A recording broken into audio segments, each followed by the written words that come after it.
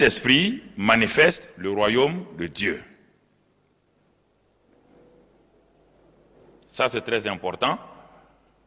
Alors, lisons dans Luc 17, verset 20. Ceux qui n'ont pas de Bible, ils vont simplement écouter ce qui est écrit ici. Luc 17, verset 20 et 21. Vous savez, frères et sœurs, je voudrais vous donner une chose. Si vous voulez avancer dans la vie chrétienne, quand vous allez à l'église... Bon, malheureusement, aujourd'hui, le monde nous a trompés en nous faisant donner des ordinateurs, en nous faisant donner des projections, des versets bibliques sur des écrans. Et de plus en plus, peu de chrétiens ont des Bibles en main. C'est un piège pour vous amener à ne plus aimer la Bible. Et vous ne savez même pas.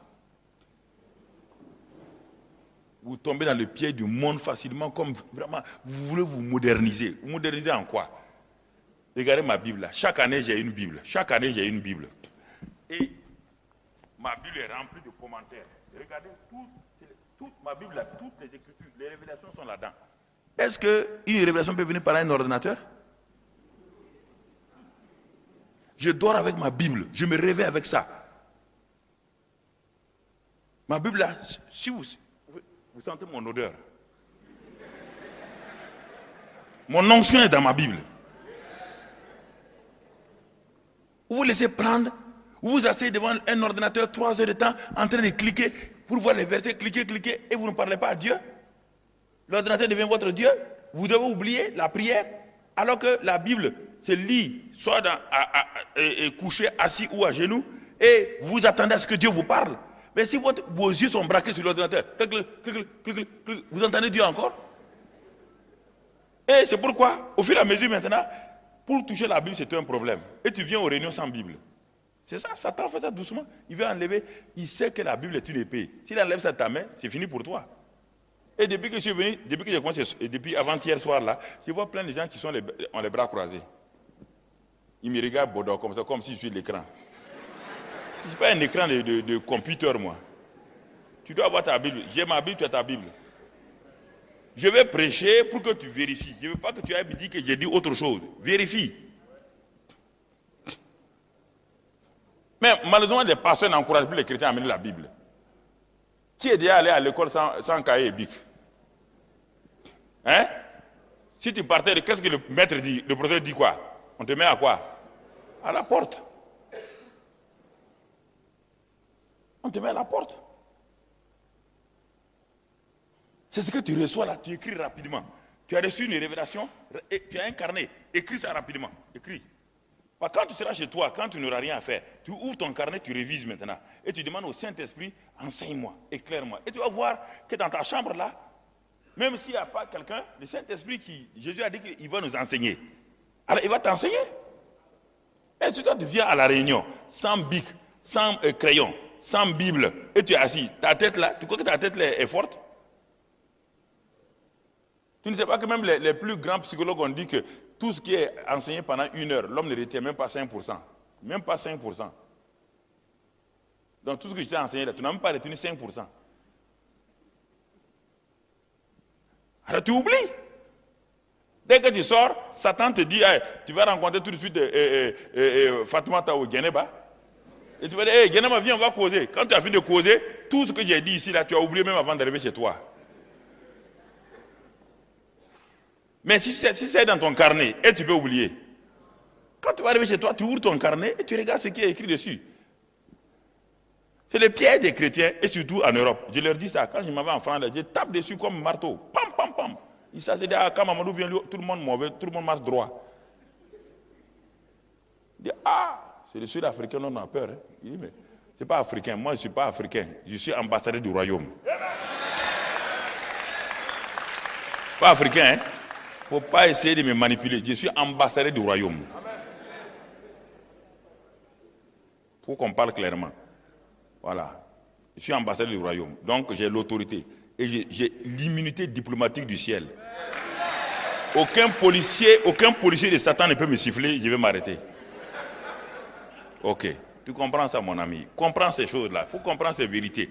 Parce que souvent, il y a une fausse humilité en vous. Quand on dit ça, les gens disent c'est l'orgueil. Mais est-ce qu'un prince va dire que lui il est pauvre? Vous avez déjà vu un prince qui dit qu'il est pauvre? Tous les princes sont quoi? Fiers, oui ou non? Oui ou non? Quand Pilate a dit à Jésus, tu es roi, il a dit, mais je suis roi. Et alors? Mais pourquoi quand on vous dit que vous êtes un enfant de Dieu, prince, princesse, vous n'avez pas... Moi, je suis pauvre petit pécheur. PPP. Moi, ça c'est l'humilité, ça. Oh. Et, vous dites vous-même, vous êtes pauvre petit pécheur. Et vous allez réussir. Est-ce qu'un enfant de Dieu peut être un pauvre petit pécheur?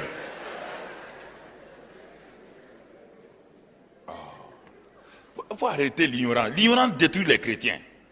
Ça, c'est pas l'humilité, ça, c'est l'ignorance.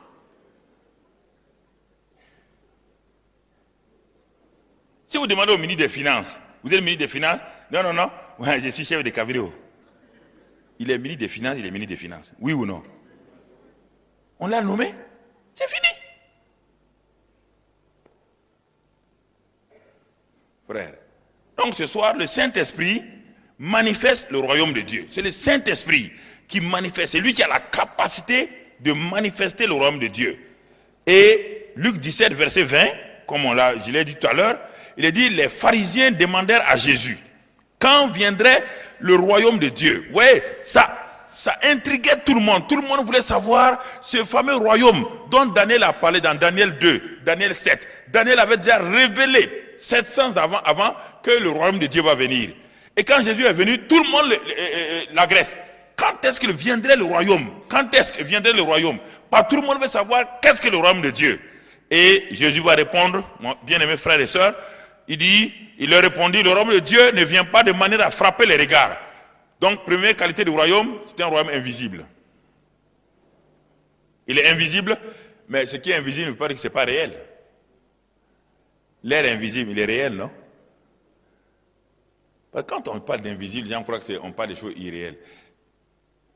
Les atomes sont invisibles, mais regardez l'effet de la bombe atomique. Et tu vois les atomes avec tes yeux? Tu les vois? Mais quand on lance la bombe atomique, tu vois les résultats, non? C'est comme ça. Il faut comprendre les choses, frère. Quand quelque chose est invisible, ça ne veut pas dire que ce n'est pas réel. Le vent est invisible. Mais quand il enlève ton toit, tu sais qu'il est réel.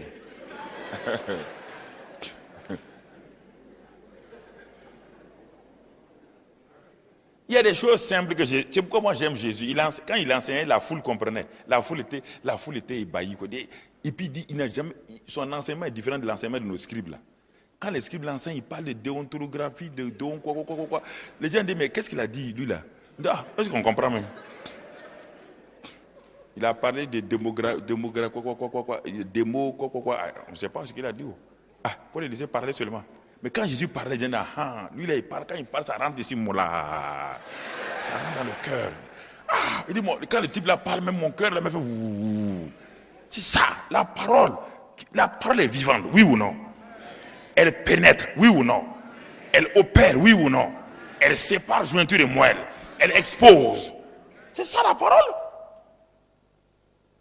Quand la parole est donnée, il n'y a rien qui bouge, ça veut dire que c'est pour la tête. Quand on vous enseigne les mathématiques, votre corps ne bouge pas. Au contraire, c'est votre cerveau qui est en train, vous avez des mots de tête. Vous êtes assis, vous êtes en train de tirer, vous ne comprenez pas. Mais la parole de Dieu travaille le cœur. Il dit le royaume de Dieu. Quand il va venir là, quand il est là, ça ne frappe pas les regards dans un premier temps. Sa nature ne frappe pas les regards. Mais vous allez voir sa manifestation. C'est-à-dire, quand vous le cherchez lui-même, vous ne le verrez pas. Si vous le cherchez ici, vous ne le verrez pas. Si vous le cherchez à Abidjan, vous ne le verrez pas. Mais si vous attendez sa manifestation, quand il commence à se manifester, il est là. Il est là. C'est très important. Et Jésus continue, et le verset 21, il continue. Voilà ce qu'il dit au verset 21. Il dit, on ne dira pas, il est ici ou il est là, car voici le royaume de Dieu est au milieu de vous. Il est déjà au milieu de vous. Vous êtes en train de le chercher pour le futur. Il est déjà au milieu de vous. Il est là. Mais comment? Maintenant, la question, comment je peux savoir qu'il est là? Toute la question est là. Comment je peux savoir que le royaume est là?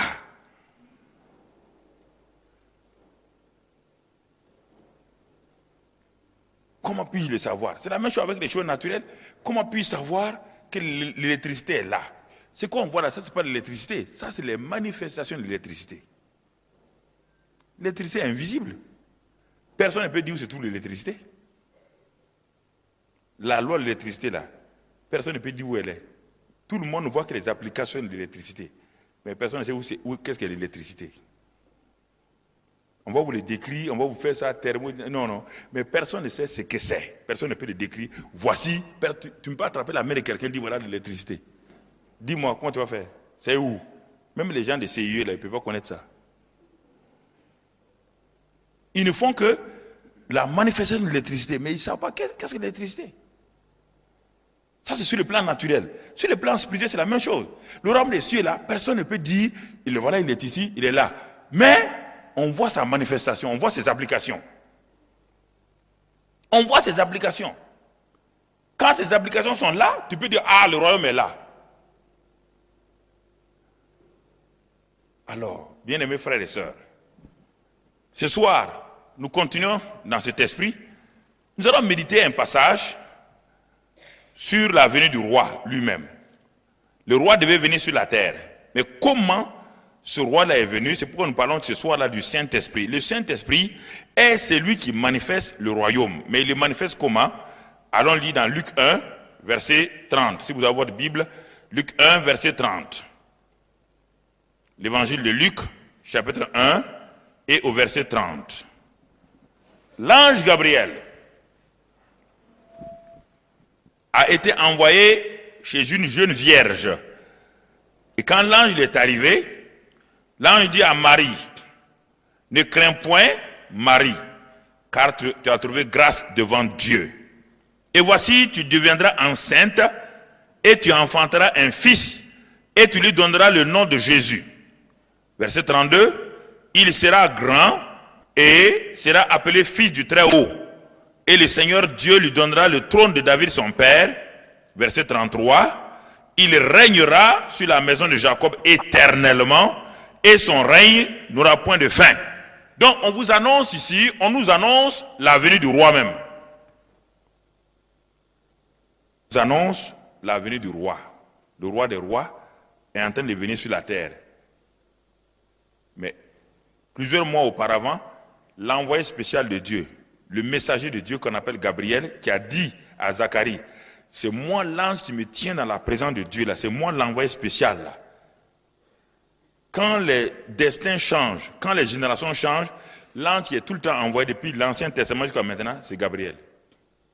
Il dit, je suis venu annoncer que les choses vont changer. Le roi va revenir sur la terre. Et c'est toi qui as été choisi, jeune fille, Marie, pour que ce roi vienne sur la terre. Parce que Dieu le roi, n'a pas le droit de venir sur la terre en tant que Dieu comme cela s'il ne prend pas une forme humaine. S'il fait ça, il est dans l'illégalité. Dieu obéit à ses propres lois. Regardez bien, Dieu n'est jamais venu sur la terre, Dieu est assis sur son trône. Quand il veut venir, il prend la forme d'un homme. Jamais il n'a quitté son trône, jamais. Qui a déjà vu Dieu quitter son trône? Lis la Bible. Ce sont ces manifestations sur la terre, mais il n'a jamais quitté le trône. Si Dieu quitte le trône et descend ici, mon ami, tu vas rentrer sous la terre là, tu vas te chercher. Il faut arrêter de croire à ce que Dieu. Quand on dit Dieu vient là, c'est toujours l'incarnation de Dieu ou la forme extérieure de Dieu sous forme d'un ange ou autre, pas Dieu lui-même. Ça balance ta doctrine. Hein? Ça choque ta doctrine un peu là. C'est pas ça? C'est ça le problème. Les gens, ils écoutent des doctrines, ils ne vérifient pas dans la Bible. Le trône de Dieu là n'a jamais été vide. Depuis que lui-même il a fait son trône, il s'est assis dessus. C'est lui-même qui a fait son trône, il s'est assis dessus là. Il n'a jamais quitté le trône.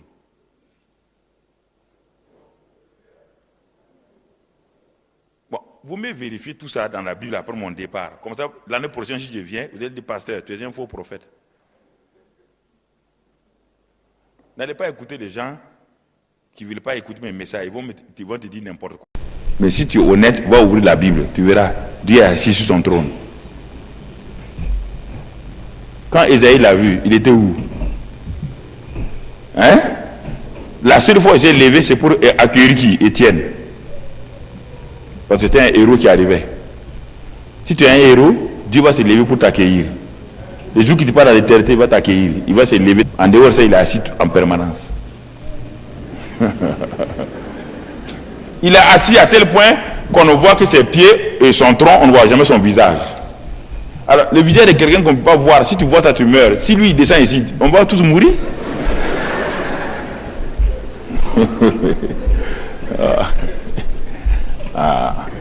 Il y a des doctrines sur lesquelles nous sommes braqués. On a appris dans les écoles bibliques et tout, mais personne n'a jamais vérifié. C'est ça le problème. On dit seulement, mais personne n'a jamais vérifié. Vérifiez un peu. Alors nous voyons ici, on dit le roi va venir. Est-ce que, je vous pose la question, si Dieu n'obéissait pas à ses propres lois, est-ce que Dieu a besoin d'aller dire à une femme que lui va venir sur la terre? Est-ce qu'il a besoin de prévenir Marie? Est-ce que Dieu est obligé? Si Dieu pouvait venir sur la terre comme il voulait, est-ce qu'il a besoin de prévenir Marie que lui va venir sur la terre?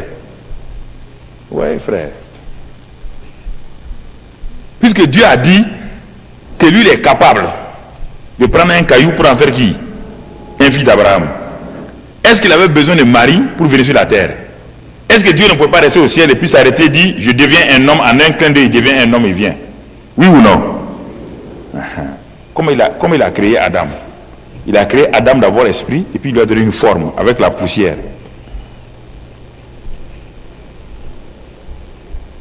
Si vous ne comprenez pas comment l'Esprit Saint opère, les gens vont vous manipuler. L'Esprit Saint opère parce qu'il est Dieu. Et il peut donner plusieurs formes maintenant aux choses. Alors ici, le roi va venir. Le roi du ciel n'a pas besoin de passer par une femme. Mais toute personne qui veut exercer sa royauté sur la terre doit passer par une femme pour naître. En dehors d'Adam qui a été le premier spécimen, sans femme, sans passer par une femme. En dehors de lui, tout le monde doit venir sur la terre par la même loi, la loi de la naissance. Et regardez maintenant, quand cela a été annoncé, on dit, quand il va venir, il va régner éternellement. C'est-à-dire, on annonce que le roi qui va venir là, même s'il vient dans la chair, c'est le roi de l'éternité qui s'est fait chair, qui est incarné. La parole a été faite chair. C'est simplement ça. Mais il va régner éternellement sur la maison de Jacob. Maintenant, la question qui se pose, c'est la question que nous devons nous poser nous tous et que Marie a posée dans le verset 34 et 35. Le verset 34 et 35 disent du moins, Marie dit à l'ange, comment cela se fera-t-il puisque je ne connais point d'homme? Écoutez, comment je peux être un instrument de Dieu? La question est pour nous tous ici. Comment un être humain fini, limité comme moi, puis-je prendre part au grand programme divin puisque je suis qu'un simple homme? Si nous comprenons cela, même en tant que pasteur, on serait très humble. On ne va pas taper la poitrine en disant Mamadou Karambiri. Jamais. Marie, vous voyez l'humilité de Marie? Comment une simple femme comme moi, limitée, qui ne connaît pas d'homme, peut-elle mettre au monde un enfant qui sera non seulement fils du Très-Haut, donc fils de Dieu, vous entendez? Et qui en même temps un roi? Comment cela peut-il se faire? Voilà toute la question. Voilà toute l'équation entre le ciel et la terre. Si vous arrivez à comprendre ça, vous comprenez toute la vie chrétienne sur la terre. Si vous arrivez à saisir ce que Marie est en train de poser comme question là, votre vie sur la terre sera allégée. Votre vie sur la terre sera complètement simplifiée. Tout le problème est dans cette question que Marie a posée. Comment se fait-il qu'un être humain puisse être un instrument pour la gloire de Dieu?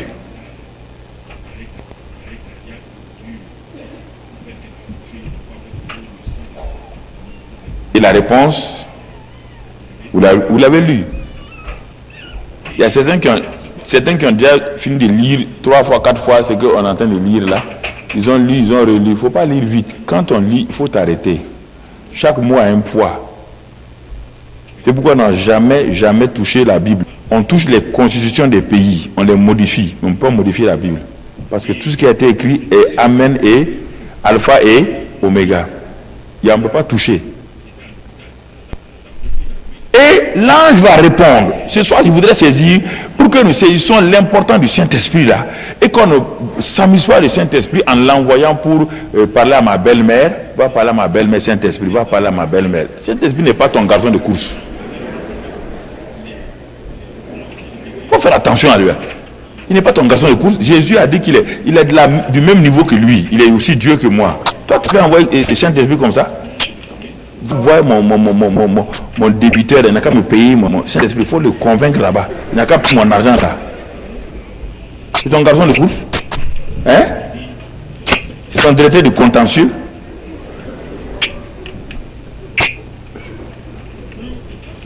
Il faut le respecter, l'honorer. Heureusement que le Saint-Esprit comprend notre misère. S'il descendait comme au temps de l'Ananias, on allait tous mourir. Personne n'est dans l'église. Aujourd'hui, écoutez-moi, si le Saint-Esprit qui agissait dans l'église primitive, s'il vient dans nos églises aujourd'hui, qui va rester? Quelqu'un s'est debout avec nos mensonges là? Quand tu vas dire, le Saint-Esprit a dit, hey, moi je t'ai dit ça quand? Il dit, quand je t'ai dit, je ne savais pas que tu étais là, bon, pardonne-moi. Il ne faut pas jouer avec le Saint-Esprit, il ne faut pas jouer avec lui. Regardez comment Marie tremble. Marie est en train de trembler, elle est troublée. Elle est troublée. Comment cela se fera-t-il? Puisque je ne connais pas. Je n'ai pas l'expérience d'un homme. Pas sur la terre, pour avoir un enfant, il faut qu'un homme aille avec une femme. Moi, je ne connais pas cette expérience-là. Alors, si je ne connais pas cette expérience, et je sais que pour être homme sur la terre, il faut une relation entre un homme et une femme, alors, est-ce qu'il y a autre chose qui vient se faire? Voilà la question de Marie. Est-ce qu'un homme comme toi, tu peux devenir serviteur de Dieu? C'est la même chose. Un homme, toi, pécheur, peut-il être sauvé, devenir enfant de Dieu et régner sur cette terre-là? C'est la même chose que Marie pose comme question. Et l'ange va répondre maintenant. Il dit, Marie, la question est très bonne. Et l'ange lui répond. Il dit, Marie, ne t'inquiète pas. La réponse, la voilà. Je vais te la donner. L'ange lui répondit, le Saint-Esprit viendra sur toi. Ça, c'est sa présence. Vous entendez? Il y a 2 choses ici. Le Saint-Esprit viendra sur toi.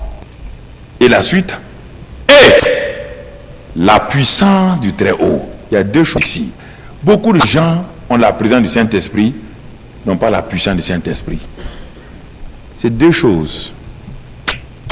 Regardez aujourd'hui, le jour de la Pentecôte, ce qui est arrivé là, le jour de la Pentecôte, ils ont reçu les 2. Ils ont reçu, Jésus avait dit, acte 1, verset 8, vous recevrez une puissance. Écoutez-moi très bien ce soir. Pentecôtisants, pentecôtistes, pentecôtos, tout, écoutez. Nous tous sommes dans ce groupe-là. Je ne parle pas d'une dénomination, je parle de tous ceux qui parlent du Saint-Esprit. Le jour de la Pentecôte, les 2 éléments sont arrivés. La présence du Saint-Esprit et la puissance du Saint-Esprit. Jésus avait déjà dit dans acte 1, 8, il dit, vous recevrez une puissance quand le Saint-Esprit surviendra sur vous. Ça veut dire quoi? Quand la présence du Saint-Esprit sera là et que vous en êtes conscient, il vous revêtira d'une puissance. Mais regardez aujourd'hui comment on a diminué cela. Nous avons dit que lorsque je parle en langue, le Saint-Esprit est là. Regardez Abidjan. Abidjan a combien de chrétiens? Peut-être, prenons 300 000. Je ne sais pas, peut-être 400 000. Qui parlent en langue. Qu'est-ce qui change à Abidjan? Et regardez les 11 là. Regardez Pierre. Le même qui avait trahi Jésus à 50 jours. Maintenant il est rempli de la puissance, les gens tremblent devant lui. Est-ce que Jésus a dit, vous recevrez le parler en langue? C'est ça qu'il a dit?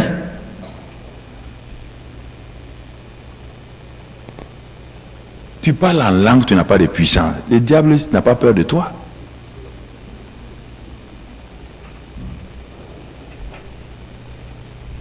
Il faut qu'on parle face à face. Moi, je suis pentecôtiste de la bonne souche.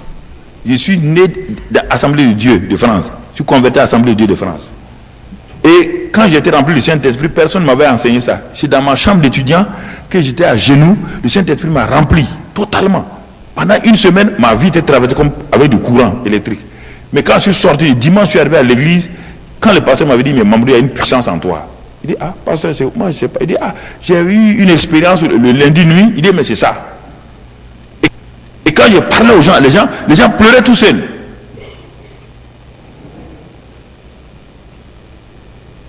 Il dit une puissance. Écoutez, ce verset de Luc là est égal au verset de Acte 1.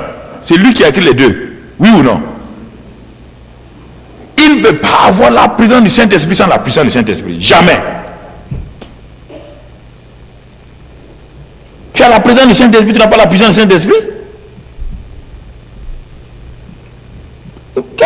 Où vous avez capté cette doctrine-là?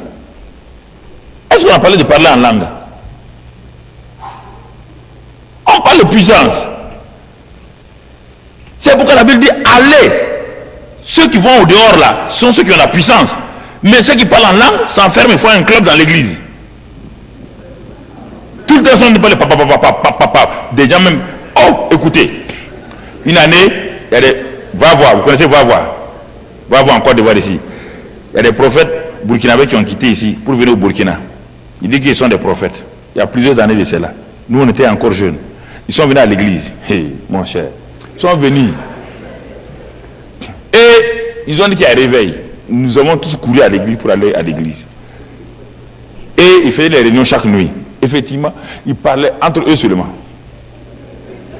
Leur parler en langue n'est compris que par eux seulement. Personne ne peut interpréter. Quand tu parles en langue, il ne peut pas interpréter aussi. Moi, j'ai dit à un de mes adjoints, mais en ce temps, il n'était pas mon adjoint, il était avec moi, il était mon interprète. Il dit, leur affaire là, moi, je n'ai pas confiance. Il me dit, les gens me disent, non, oh, toi, tout le temps, tu es tout. Il dit, attendez, la Bible dit ça. Bon, attendons, on va voir. Un jour, les missionnaires sont venus pour les contrôler. Ces jours, ils ont dit que les missionnaires sont des diables. Il dit, ah bon, tu as vu, hein? Le Saint-Esprit dit que les missionnaires sont des diables. Deuxièmement, et j'ai dit à mon adjoint, il dit, regarde, leur parler en langue là, moi, j'ai pas confiance. Écoutez ce qu'il disait quand il parlait en langue. Quand il parlait en langue là. Hein? Parce qu'il ne parle pas français, hein? Aucun d'entre eux ne parle français. Il ne parle que les langues du Burkina, Moré, Djoula et choses. Mais leur français là, il y a un qui s'assoit, je ne mens pas, que Dieu me garde. Il dit, mon tonson matassa, mettez-se. Et il y a un qui s'élève qui interprète mon tonson matassa.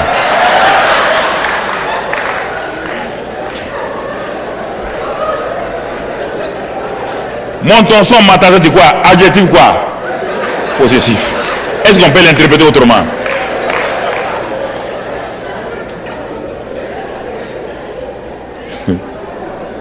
Voilà ce qu'ils ont dit. Dieu est mon témoin.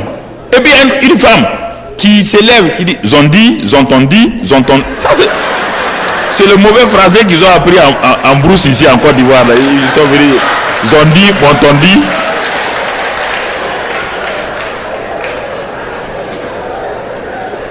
J'ai dit à celui qui était avec moi là, si on ne quitte pas ici, on va avoir des problèmes.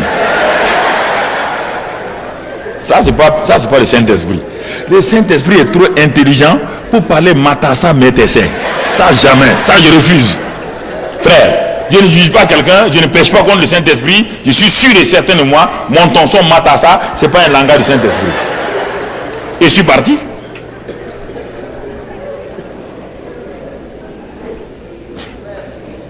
Quand vous allez écoutez les parler en langue des gens dans vos églises là. Quand toi tu écoutes, on te dit pardon Seigneur, je ne veux pas juger, mais sinon ça là c'est pas c'est le Saint-Esprit. Hein. Quelqu'un s'assoit, dit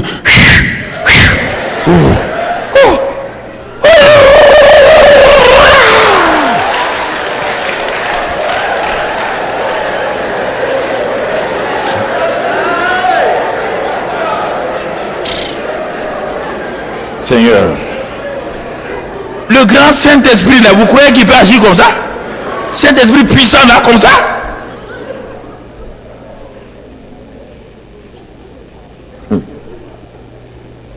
Le grand Saint-Esprit là, comme ça. Comme un sourd muet. Quand un sourd muet parle,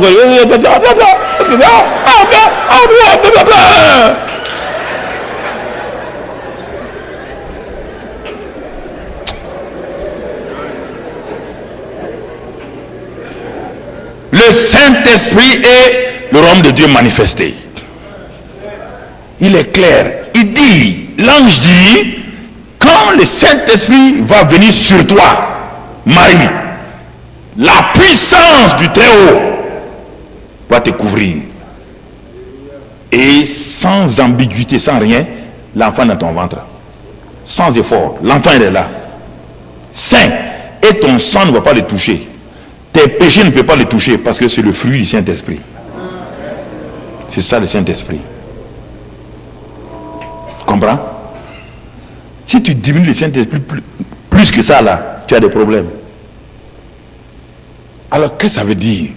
Si le Saint-Esprit vient dans un pécheur, il le transforme radicalement en enfant de Dieu. C'est ça que ça veut dire. Radicalement. Radicalement.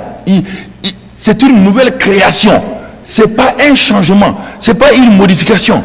C'est pas une transformation. C'est simplement une nouvelle création.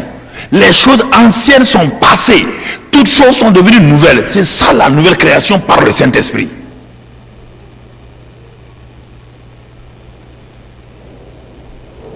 Un jour, j'étais à la maison du peuple. Il y avait une grande campagne d'évangélisation. Il y a un jeune qui est venu là, c'était un jeune anglophone.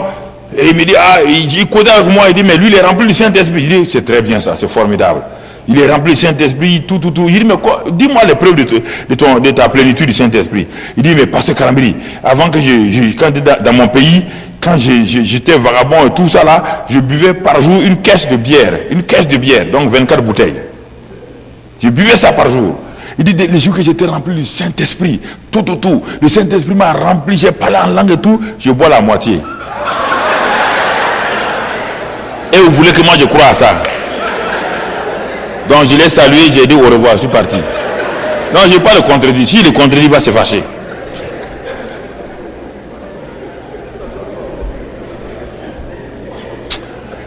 Mais vous voyez, il y a des choses comme ça, mais quand ça vous décourage. Vous mentez sur quelqu'un comme ça, le Saint-Esprit. Quand Ananias a menti sur le Saint-Esprit, il n'est pas tombé de mort. Ça va venir, hein. Le Saint-Esprit va revenir agir comme ça. Préparez-vous. Tu vas venir dans l'église, tu dis le Saint-Esprit a dit ça là. Au moins tu dis ça, tu tombes en même temps. Donc ouais frère, il y a des choses quand Dieu nous enseigne, nous devons faire attention. Nous devons marcher dans la vérité, nous devons aller de l'avant. Pour que Dieu puisse nous aider pour progresser, aller de l'avant. Vous savez, c'est des choses très importantes que je vous dis. L'ange dit, quand le Saint-Esprit sera là, Marie, ne t'inquiète pas. Ce qui est impossible aux hommes là, est possible à Dieu. C'est ça, le Saint-Esprit. Tout ce qui est impossible à l'homme, le Saint-Esprit le fait. Tout ce qui est impossible aux hommes là, ça c'est de la capacité du Saint-Esprit. Effectivement, quelques mois plus tard, on voit Marie en train d'accoucher l'enfant. Donc, ce que l'ange a dit était vrai. Et l'enfant est sorti sain et sauf, sans péché. Le sang de Marie n'a jamais affecté Jésus-Christ. Jamais. Dans le corps de Jésus, il n'y a pas un sang humain, mon ami. Pour vous amuser avec ça, hein? Marie n'a été simplement qu'un réceptacle. Dieu a déposé dans le sein de Marie, parce qu'il faut que Jésus ait une chair. C'est simplement ça. Tout sang humain est affecté par le péché. Comment le sang de Christ peut-il purifier les hommes du péché si son propre sang est affecté par le péché? Voici un autre mystère que la Bible ne voulons pas accepter. Marie n'a été que le réceptacle. Dieu a déposé donc là-bas le germe divin dans le sein de Marie par le Saint-Esprit. Et quand nous voyons, regardons la suite. Ça, c'est la naissance du roi. Donc, nous tous, dans le royaume de Dieu, nous devons naître de la même manière. C'est ce que Jésus a dit à Jean, à Nicodème, pour que tu sois un citoyen du royaume, pour que tu sois un membre du royaume, pour que tu sois roi et sacrificateur, de la même manière que je suis né par le Saint-Esprit, de la même manière tu dois naître par le Saint-Esprit. Pour que toi et moi nous soyons frères, nous devons avoir le même concepteur qu'on appelle le Saint-Esprit. Nous devons avoir celui qui m'a conçu là, dans le sein de Marie là. C'est lui qui doit te concevoir aussi, te faire naître. Sinon on n'est pas frères et sœurs. On n'est pas frères. C'est pourquoi il a dit à Nicodème, il faut que tu naisses d'eau et du Saint-Esprit. Si quelqu'un ne naît pas d'eau, si quelqu'un ne naît pas de nouveau, il ne peut même pas voir comment le royaume fonctionne et ni entrer là-dedans. Donc pour être citoyen du royaume des cieux, il faut naître de la parole, l'eau de la parole de Dieu et du Saint-Esprit. Nous avons beaucoup de gens aujourd'hui qui sont autour du royaume, ils ne sont pas nés dans le royaume. N'oubliez pas que Jean-Baptiste, écoutez-moi, il dit des choses, ça peut choquer les gens. Jean-Baptiste, le plus grand des prophètes, Jésus a dit, de tous ceux qui sont nés de femmes, tous ceux qui sont nés de femmes, en dehors d'Adam et de Jésus, tous ceux qui sont nés de femmes là, Jean-Baptiste est le plus grand. Mais il dit, Jean-Baptiste est le plus grand des prophètes, le plus grand d'entre eux. Il est plus grand que Moïse, il est plus grand que Élie, il est plus grand que Élisée, il est plus grand que Abraham, il est plus grand que Ésaïe. Mais Jésus dit maintenant, par rapport au royaume des cieux, le plus petit dans le royaume est plus grand que Jean-Baptiste. Ça veut dire que s'il est plus grand que Jean-Baptiste, il est plus grand que Moïse. Les Moïse que nous admirons, les Élie que nous admirons là, quiconque le plus petit né dans le royaume est plus grand qu'eux. Voici des vérités que quand on dit que les chrétiens n'acceptent pas. Moïse n'est pas né de nouveau. Moïse n'était pas une nouvelle création. Le sang des boucs, c'est ça que Moïse utilisait. Il ne connaît pas le sang de Jésus. La Bible dit que tous les prophètes ont cherché à voir, à comprendre la venue de Jésus. Mais ils n'ont pas pu. Abraham a cherché à comprendre, ils n'ont pas pu. Il est dans Hébreu. Mais nous avons ce privilège. Jésus est venu. Nous sommes venus après Jésus. Nous avons son sang, nous avons son nom, nous avons le Saint-Esprit. Et nous vivons inférieurs à Moïse qui ne connaissait que le sang des boucs et des taureaux. Pourquoi? Parce qu'on n'a pas compris le royaume. On n'a pas compris le royaume. Tout le temps, les gens disent, on va faire descendre le feu comme Élie. Mais quand Jésus a amené le royaume là, il a interdit de faire descendre le feu. Il a interdit ça. Il dit que ce sont les ignorants qui faisaient descendre le feu. Même les Élie étaient ignorants dans leur domaine. Il va vous dire ça. Vous voulez manipuler les gens. Vous voulez faire descendre le feu. Toi, quel feu tu vas faire descendre?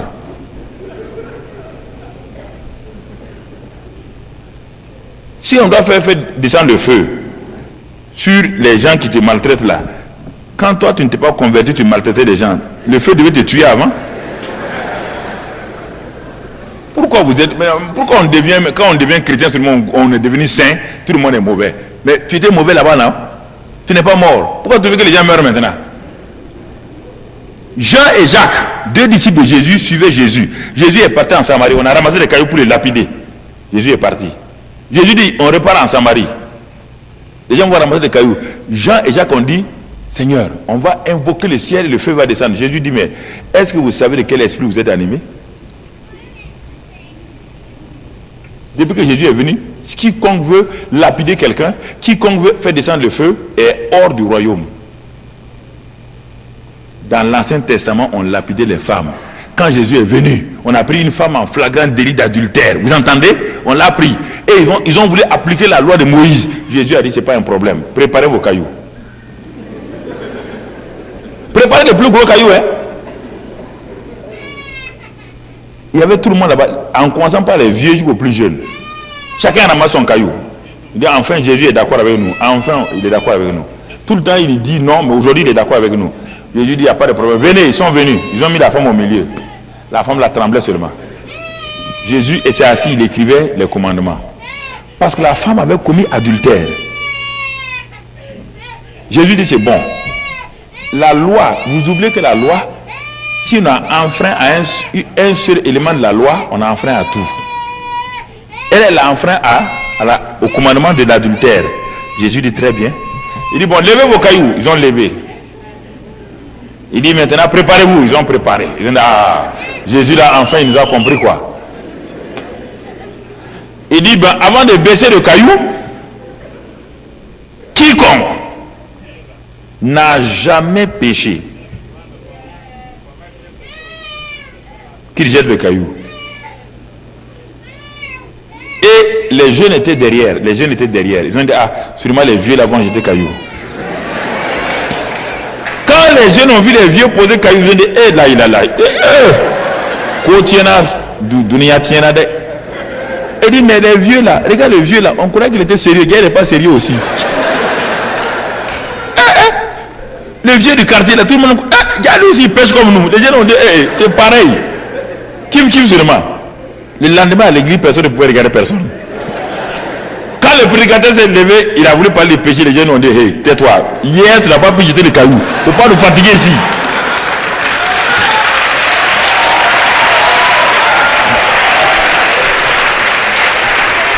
Hier, tu n'as pas pu jeter le caillou, donc ne nous fatigue pas, pasteur, assois-toi. Assois-toi, tu es comme nous seulement. Assois-toi.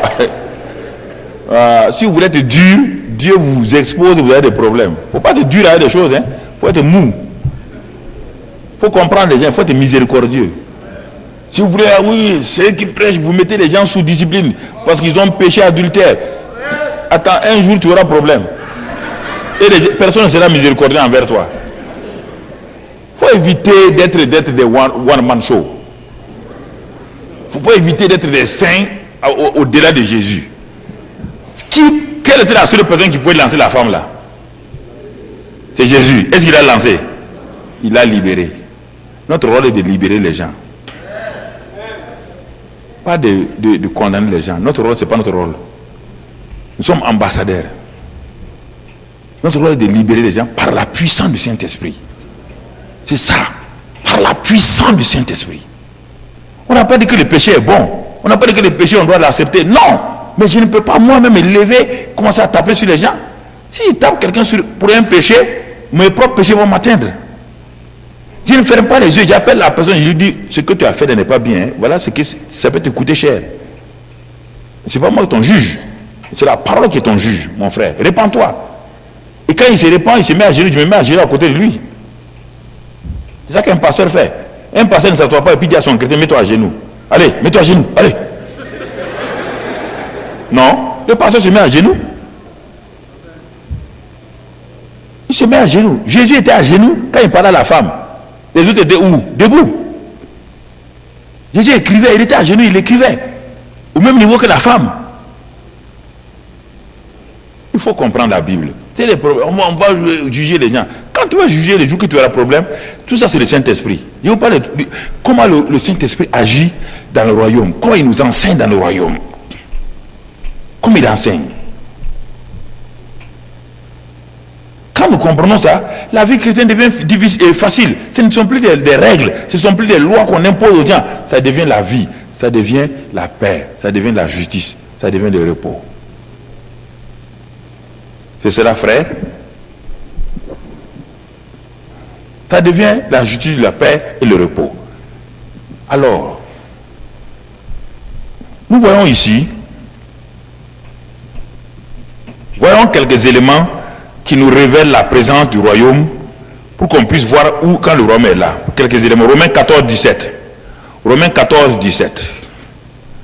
Romains 14, 17. Romains chapitre 14, verset 17.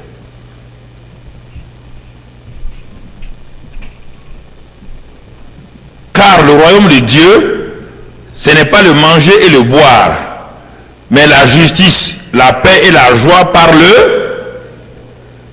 le royaume de Dieu est manifesté par qui? Par et quand il manifeste, on voit ces signes. C'est la joie, la paix, l'amour, la vie par le Saint-Esprit.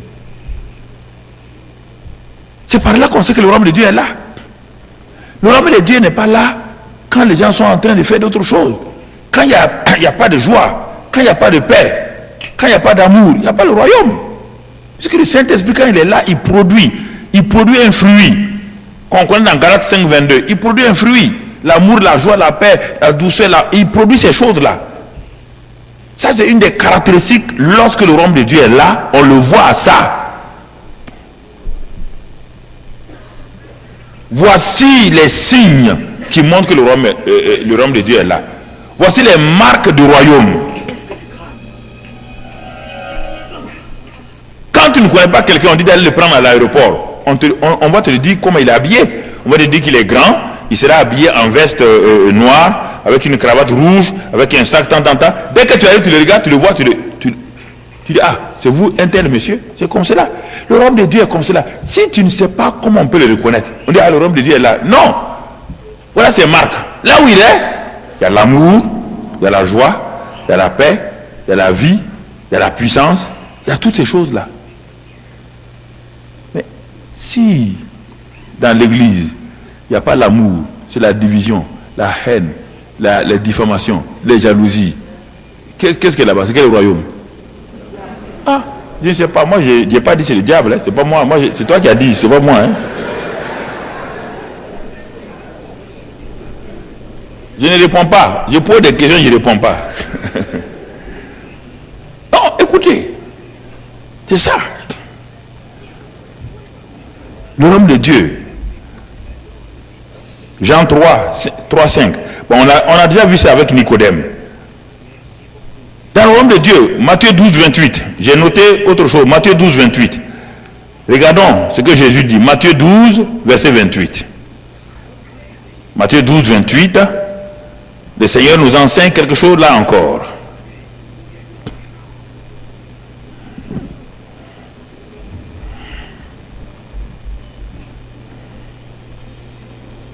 Mais il dit aux pharisiens, mais si c'est par l'Esprit de Dieu que je chasse les démons, le royaume de Dieu est donc venu vers vous.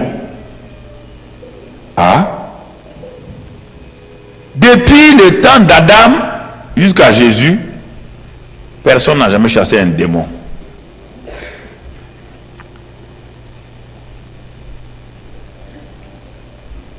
Je veux que vous passiez ça très bien.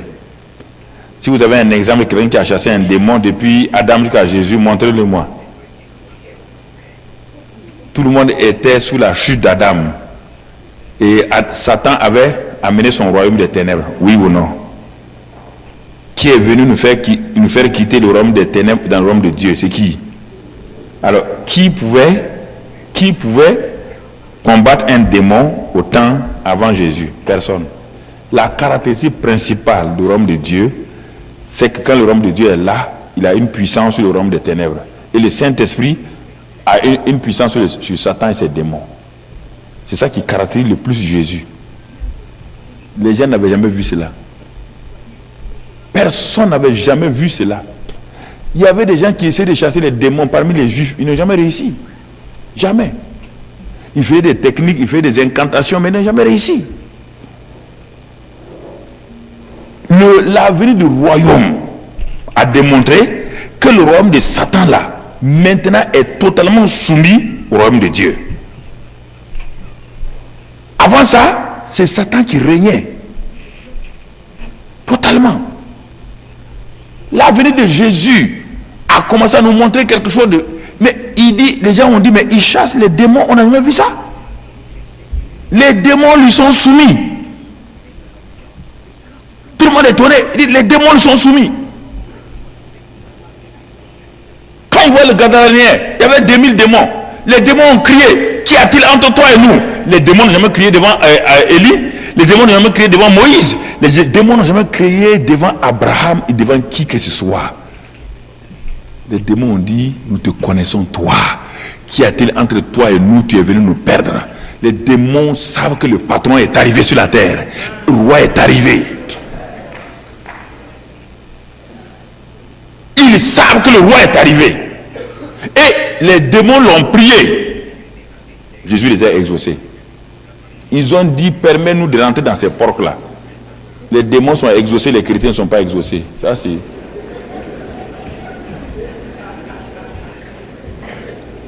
Même les démons ont plus de foi que nous. Ils ont dit, ne nous chasse pas là-bas. Permis d'entrer dans les démons. Jésus a dit, allez-y. Il n'a pas exaucé.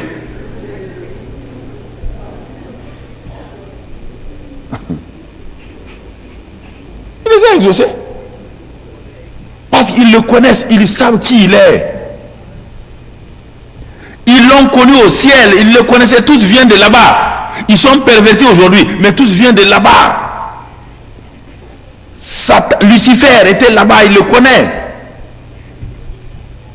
Il sait que Jésus est venu sur la terre. C'est pourquoi il a tout fait pour tuer les petits enfants. Il sait que si Jésus est venu, quel Jésus? Celui qui est au ciel, qui dirige le ciel là, s'il est sur la terre, il a un problème, il aura un problème. C'est pourquoi dès qu'on a dit qu'il est né seulement, il a tué tous les enfants. Mais en ce temps, il ne sait pas que Dieu est plus intelligent que lui. Dieu avait déjà fait sortir Jésus. Écoutez frères, le Saint-Esprit. Si vous dormez avec ce message comme ça veut dire que vous êtes dans le filet de Satan. Ça, je vous dis clairement.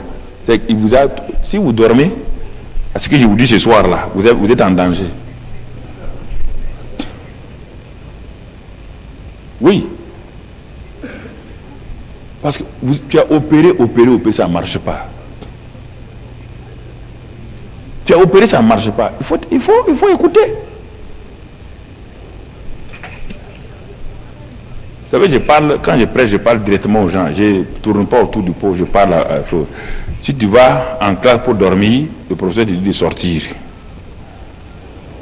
Oui, c'est normal. Si tu me respectes, si tu viens ici, tu dors, vaut mieux aller à la maison. C'est mieux. Parce que ça veut dire que quelque chose ne va pas en toi. Oui, quelque chose ne va pas en toi, sinon tu ne vas pas dormir. Tu ne vas pas dormir. Écoutez ce que je te dis, et puis dormir, ça veut dire que, aïe, mon ami, Satan est allié à longtemps. Non, je préfère vous parler. Si tu fais l'indifférent, ça veut dire que quelque chose ne va pas. Si tu fais l'indifférent, quelque chose ne va pas. C'est très important, frères et sœurs. Ce que je te dis là, c'est pour t'aider toi-même, pour te libérer. Si tu sais comment collaborer avec le Saint-Esprit, être un partenaire du Saint-Esprit, si tu sais ça, c'est facile pour toi. Mais si tu dois dépendre des autres tout le temps, tu es un esclave. Jésus est venu pour libérer les captifs. Il l'a fait. C'est à toi maintenant. Il a envoyé le Saint-Esprit. Il a dit qu'il vous est avantageux que je m'en aille, que le Saint-Esprit vienne. Alors, si quelqu'un vous dit qu'il est avantageux que je m'en aille pour que l'autre vienne, mais il n'y a plus de problème. Si lui s'en va, celui qui est venu, il a dit que celui qui vient là, il est au même niveau que lui. Il est l'autre consolateur, allos parakletos, en grec.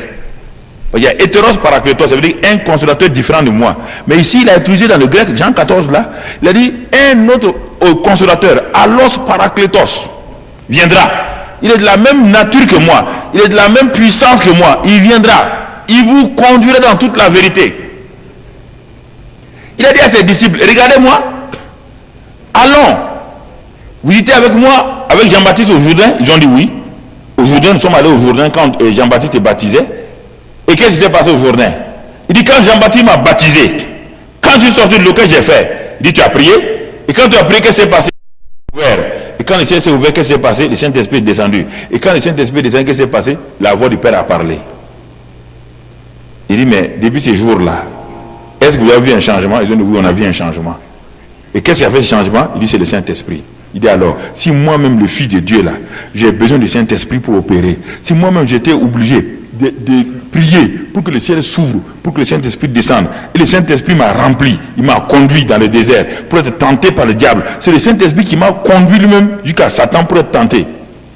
C'est pas Satan qui est venu vers moi, c'est le Saint-Esprit qui m'a pris, me conduit là-bas.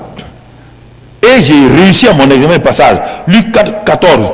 Maintenant, quand j'ai réussi, j'ai été revêtu de la puissance d'en haut. Et ma réputation a commencé partout. Je suis arrivé dans la synagogue à Nazareth. J'ai pris Ésaïe 61. J'ai commencé à lire simplement l'Esprit du Seigneur est sur moi parce qu'il m'a oint.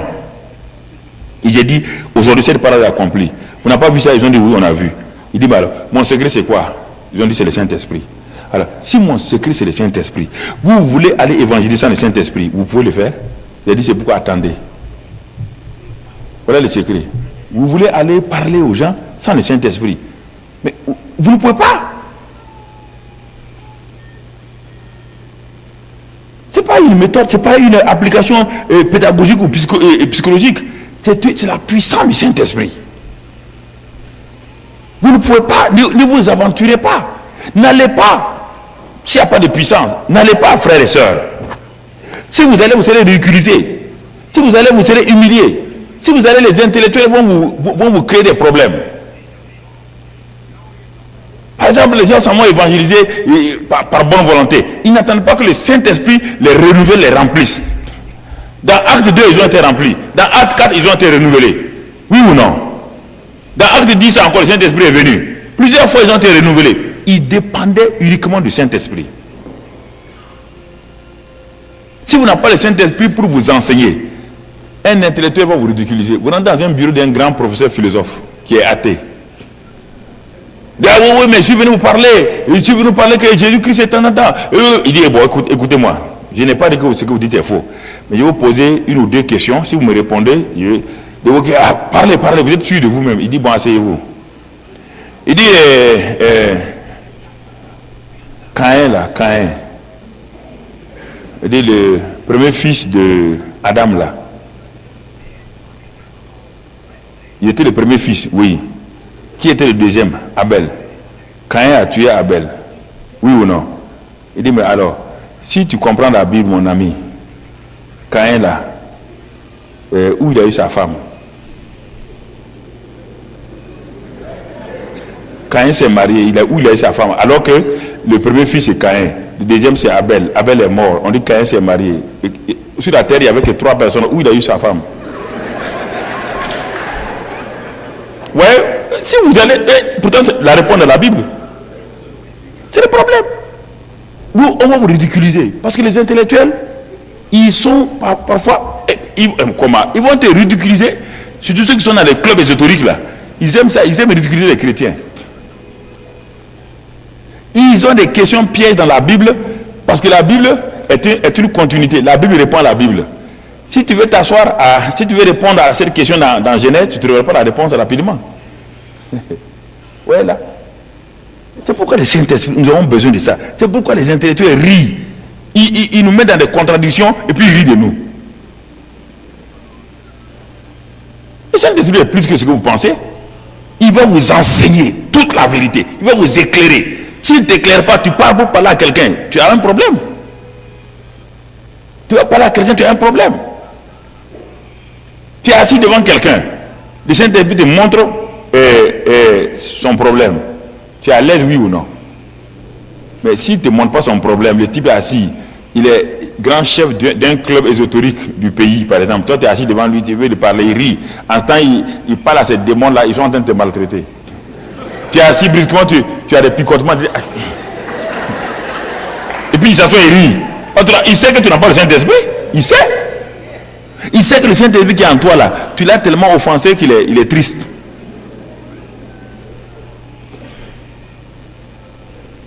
C'est ça qu'il faut, il ridiculise les gens. On était au Gabon la dernière fois, et il y a un pasteur, un ministre qui racontait à sa secrétaire là, il y a un pasteur qui devait venir le voir. Il avait rendez-vous de pasteur. Il a dit à sa secrétaire, tiens l'enveloppe là. Il a mis 50 000 dans l'enveloppe. Il a mis 50 000, il a fermé. Il dit, tiens à sa secrétaire. Quand il va venir, dis-le que je ne suis pas là. Parce qu'il sait que je connais les pasteurs, il vient pour l'argent.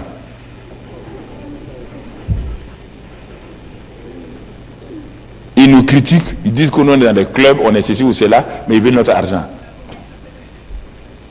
Quand le pasteur est arrivé, effectivement, la secrétaire a dit, le ministre est occupé, il est sorti quoi, il a donné l'enveloppe. Il a dit, il bénit le ministre. Et le ministre a dit, tu as vu?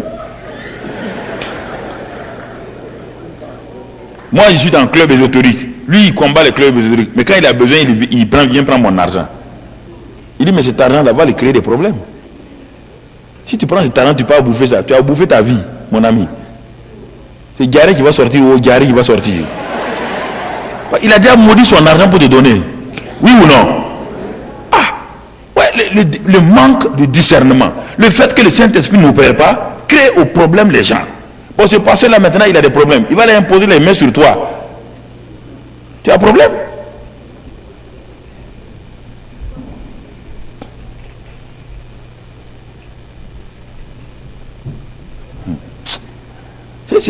C'est dommage. Ouais, là, parfois quand je m'en vais dans les milieux, comme les gens me connaissent, les autorités, là, ils me parlent, ils disent, mais pasteur, ils m'ont dit que quand on te voit venir, on a peur. Parce qu'on t'a attaqué plusieurs fois et on n'a jamais réussi. Il leur a dit, je sais, plusieurs sont morts à cause, parce qu'ils m'ont attaqué. Vous les autorités, je ne parle pas de cacher, vous les autorités, vous m'avez attaqué, vous êtes morts, certains sont morts. Des grands sont morts. Parce que chaque jour, ma maison est entourée par la présence de Dieu et des anges. Vous ne pouvez pas me toucher. Laissez-moi tranquille comme ça. Je vous dis la vérité. Ce sont des choses que tout le monde connaît. Ce n'est pas caché. Si je dis en public, c'est que c'est connu. Le Saint-Esprit, frère, c'est la seule garantie. Pas dès que vous êtes conscient que vous faites partie du royaume, Dieu prend soin de vous, il vous protège. Dieu ne laissera aucun. C'est comme l'Amérique qui ne laissera pas aucun. Si un citoyen américain est en danger ici en Côte d'Ivoire ou ailleurs, tous les bombardiers vont venir. Oui ou non? C'est la même chose avec le ciel. Quand un enfant de Dieu est en difficulté, le ciel est mobilisé. Le ciel est mobilisé. Mais si cet enfant de Dieu ne fait que mépriser le Saint-Esprit, fait que blesser le Saint-Esprit, au moment où il a des problèmes là, c'est comme s'il a lié le Saint-Esprit. C'est pourquoi il faut avoir une bonne relation avec lui. Il faut l'honorer, il faut le bénir. Vous savez, il faut faire ces choses-là, sinon vous avez des problèmes. Le Saint-Esprit va vous dire si ici là c'est un démon qui agit ou si c'est un bon esprit qui agit. J'aime raconter ça, on était à Bordeaux, on prêchait. Et à Bordeaux avec la francophonie, et ce soir-là j'ai parlé du Saint-Esprit, comment honorer le Saint-Esprit. J'ai dit aux gens de venir devant, on va prier. J'ai dit aux pasteurs qui étaient avec moi de la francophonie, les pasteurs d'Europe, on a commencé à prier pour les gens. Bon, en ce temps, nous tous on aimait l'onction là. L'onction, non, quand je dis l'onction est très importante, hein. L'onction là, ça veut dire notre manière de prier, ce qu'on dit l'onction là. Les gens tombaient sur le maha, on est content. Bon, quand les gens tombent, ils disent power, power, power, power, power, power, power. Les gens tombent sur le maha. Il y a des gens qui tombent avant qu'on arrive. Mais, malgré ça, on dit quand même power, power. Et puis on arrive, les gens sont tombés, ils étaient tous là. On arrive à un gars là. Ils prient, ils font ça, les gars tombent. Moi je voulais continuer, le Saint-Esprit m'a dit arrête-toi là. J'ai dit, les gens sont tombés, c'est la puissance. Il dit arrête-toi. Il dit ici là, il y a un démon. J'ai dit, mais si j'ai dit mes collègues là seront fâchés. Alors j'ai dit, il y a un qui a dit, non, Mamadou, c'est le repos de l'esprit. C'est le repos, non, c'est le repos du Saint-Esprit comme ça. Il dit non, Dieu m'a dit qu'il y a un démon. Il dit non, qu'il y a le repos de l'esprit. Si je vous dis le nom du prédicateur, il vient encore d'Ivoire, il faut dire son nom. Bon, j'ai dit, bon, mon frère, c'est pas difficile, on va voir si c'est le Saint-Esprit ou pas. On s'est approché, et j'ai dit maintenant, il dit au nom de Jésus, je te commande, manifeste-toi, esprit. Vous savez ce qu'il a fait? Il a bondi comme ça, et puis il a dit, Jésus c'est bâtard. Alors, est-ce que Saint-Esprit insulte Jésus bâtard? Quand j'ai dit ça, le pasteur l'a sauté. Maintenant, le monsieur, il y avait un tapis rouge comme ça. Il y avait la salle de conférence, la salle des pasteurs, jusqu'au fond là, comme cette salle-là. Sur un tapis rouge comme ça. Le petit là m'a tiré. J'ai eu sciatique. Il m'a tiré moi seul. Parce que tout le monde m'a laissé maintenant. Quand j'ai fait ça, les démons a commencé à se manifester. Alors j'ai voulu le maîtriser. Je ne pouvais pas. Tout le monde a croisé les bras et regardé. Le petit là, il m'a tiré, jusque dans la salle là. J'ai eu sciatique. Des problèmes tout mon côté là. Et en plus de cela, il y a une femme de la Croix-Rouge. On a fait venir les gens de la Croix-Rouge qui surveillaient pour ceux qui avaient des problèmes. Il y a une femme de la Croix-Rouge qui me suit maintenant et dit à tout le monde, venez voir. Ça c'est exorcisme. C'est exorcisme. J'ai déjà fait ça au film, j'ai déjà vu au cinéma. Venez voir. Je m'en vais dans la salle. On est dans la salle là. Quand on dit au nom de Jésus, le type est bondi comme ça. Alors c'est un jeune Ivoirien, vous le connaissez aussi, il est à Paris, il a une église à Paris. Un des jeunes de mes fils là, il dit viens m'aider. Au moment où j'ai pris autorité, quand il savait que le démon allait sortir, il a d'amener un seau rapidement. Il y avait le tapis rouge là. Quand il a tout est sorti. Quand il s'est assis, il dit mais où je suis? Il est devenu normal. Alors, quand j'ai dit à la prochaine séance, il faut prier pour les gens pour tomber, chacun mauvais, chacun chez soi. Non, ouais, je n'ai pas dit que c'est pas bon, hein, c'est bon, mais il faut savoir discerner. Il faut savoir discerner simplement, ce que je vous dis. Je n'ai pas dit que c'est mauvais, je ne condamne pas. Même aujourd'hui, je l'ai fait. Je prie pour les gens, ils tombent. Mais je discerne pour savoir s'il est tombé, si c'est le Saint-Esprit ou les mauvais esprits. Sinon, je peux le laisser tomber croyant que c'est le Saint-Esprit et le type va souffrir avec ses démons. Le Saint-Esprit, c'est la même chose. Et moi, Jésus, c'était la même chose. Vous voyez là, frère, on va s'arrêter là. Il y a beaucoup de choses à vous dire, mais j'ai voulu vous parler de tout mon cœur, un peu simplement ce soir-là, pour que vous discernez. C'est pourquoi, quand l'armée d'Israël était comme des ossements secs, Dieu a dit à Ézéchiel d'aller parler aux ossements secs là. Ils ont dit que nous sommes une armée détruite sans espérance, nous sommes perdus. Ézéchiel 37. Et Dieu a dit parle, souffle sur eux. Ils vont revenir à la vie. Quand le grand prophète Élie était découragé, il est parti sur le mont Horeb. Là, il y a 3 choses qui sont venues, mais il n'y avait pas Dieu là-dedans. Toutes ces choses-là devancent Dieu. Quand Dieu a dit à Élie, sors et tiens-toi devant moi, brusquement, qu'est-ce qu'Élie a entendu? Il y a un grand vent qui est venu. Le grand vent est venu. Mais il n'y avait pas Dieu dans le grand vent.